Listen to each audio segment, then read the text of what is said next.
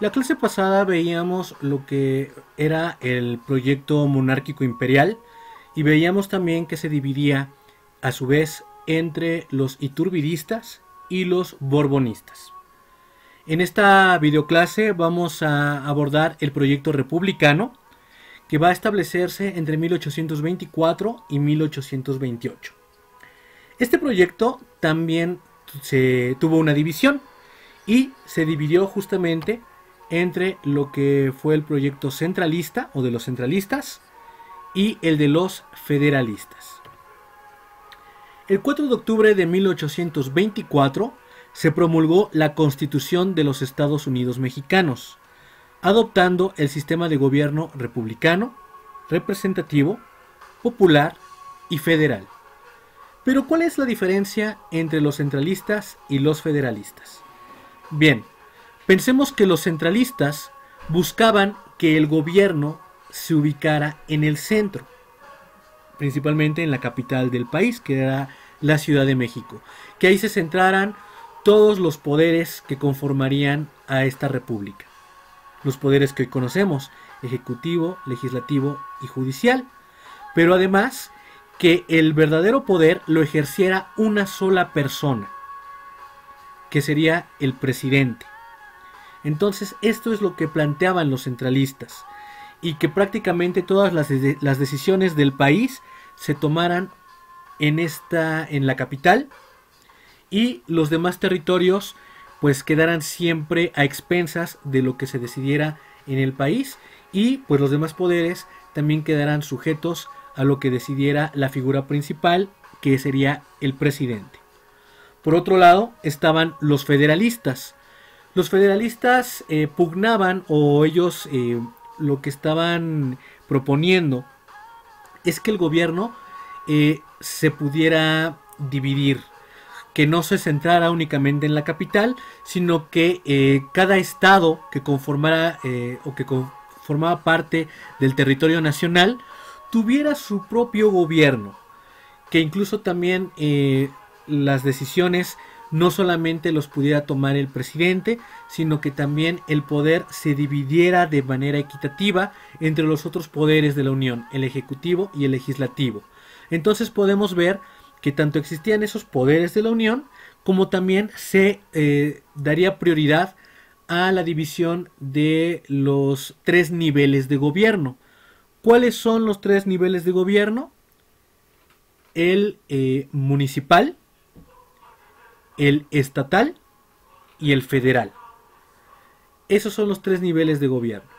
Entonces los federalistas proponían que así fuera como se gobernara, y fue justamente esta facción la que terminaría pues de alguna manera imponiendo su visión de gobierno en la Constitución de 1824.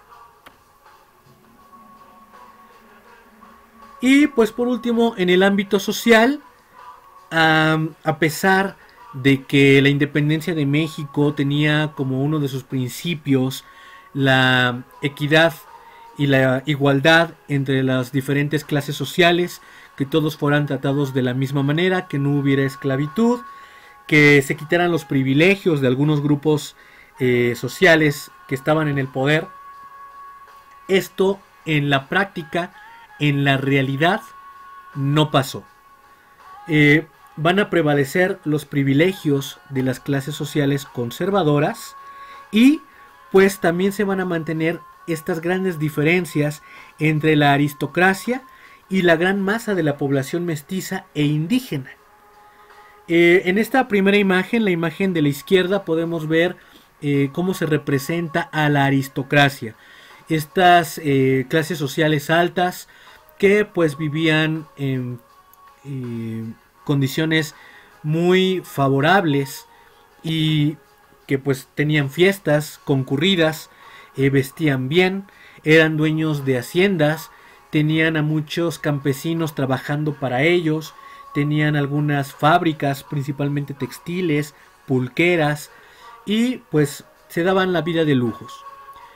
En México, en estos primeros años, existe una población de entre 5 y 10 millones de personas. Que bueno, si lo comparamos con nuestra actualidad, hoy en México tenemos, según el censo de INEGI, prácticamente ya 130 millones de mexicanos. Podemos ver que pues básicamente era menos de la décima parte de lo que es la población actual. Y sin embargo, de esos, pensemos 10 millones de personas, únicamente medio millón estaban en estas clases sociales altas. El resto de la población pues vivía en condiciones como lo podemos ver en la imagen de la derecha. Muchos se dedicaban al campo. Y aquí también les invito a que ustedes hagan una reflexión de cómo sería la vida en estos primeros años del México independiente. Mucha gente era indígena. No existía luz eléctrica. No existían medios de transporte como los automóviles, como los trenes.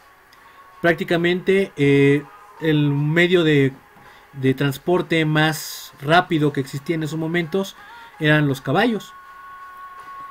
No existía obviamente la televisión ni el radio. ¿Cómo vivían las personas en esa época? Porque ni siquiera los ricos tenían esas tecnologías. No existían. Les invito a pensar en eso porque será parte importante de la actividad que vamos a ir trabajando para finalizar este bloque. Por mi parte sería todo en esta clase y estén pendientes de las siguientes videoclases que estaremos compartiendo más adelante. Hasta la próxima.